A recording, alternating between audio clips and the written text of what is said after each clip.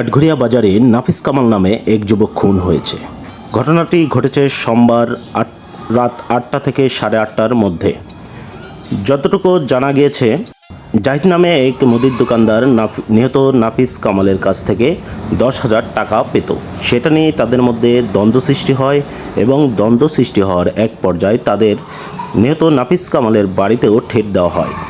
সেই ঘটনাটি নিহত নাফিস কামাল তার মামাকে জানায়। তার মামা এবং আটঘরিয়া বাজারে গিয়ে জাহিদ এর সাথে কথা বলে যে আমার ভাগনার কাছে যেই 10,000 টাকা পেতে সেটা আমি দিয়ে দেব, সেই কথা বলে। এবং দেখেছে বাজারের মধ্যে প্রায় 15-20 জন ছেলেরা দাঁড়িয়ে আছে, হয়তোবা নাফিস কামাল গেলেই তাকে মারবে, এমন ঘটনা তার মামা দেখে। তার মামা বলে যে তোমরা এই ধরনের কোনো দুর্ঘটনা ঘটিও না, আমি আমার ভাগনার টাকাটা আমিই দিয়ে দেব এবং ছেলেদেরকে বলো চলে যেতে।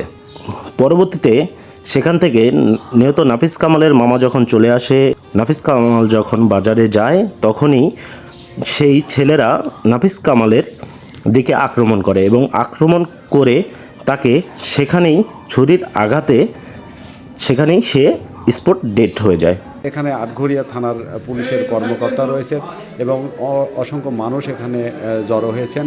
কারণ এই নাফিস কামাল তার বয়স আনুমানিক 27 বছর বলে আমরা আসলে প্রাথমিকভাবে জানতে পেরেছি। এখন ধরেন আমার মাথায় কাজ আপনি বিষয়টা বলেন না, মূল বিষয়টা আমি এই ছেলে আমার ভাগ্নে। আচ্ছা, ভাগ্নে ও আমাকে বলছে মামা ওই এরা যে আমাকে হচ্ছে হুমকি দিয়েছে 10,000 টাকা পাবি, তুমি একটু আসো। আমি সাথে সাথে তাৎক্ষণিকভাবে গেছি। যাওয়ার পরে জাহিদের ডাক দিচ্ছি, জাহিদের দিকে আসো, কি হয়েছে? বলে যে ভাই আমি ওর কাছে টাকা পাবো 10,000। সাথে সাথে ওর কাকা জামাল চাউলের দোকানদার, ওখানে আমি ওকে নিয়ে আসি বসাইছি।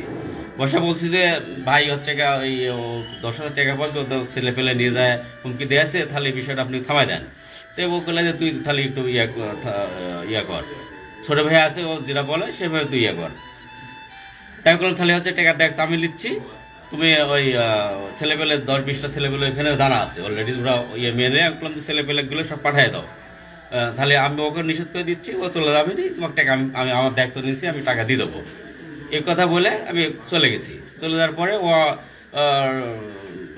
ঘুরে আবার বাজারে আসে, আসার সাথে সাথে 5 মিনিট পরেই ওইসব ছেলেপেলে ওকে স্টেপ করেছে টাকু দিয়ে, একদম সাথে সাথে স্পট ডেট, নৃশংসভাবে তাকে হত্যা করা হয়েছে। পরে কি হাসপাতালে নিয়ে আসা হয়েছিল? হাসপাতাল নিয়ে আসে, লোকজন ধরে নিয়ে আসে।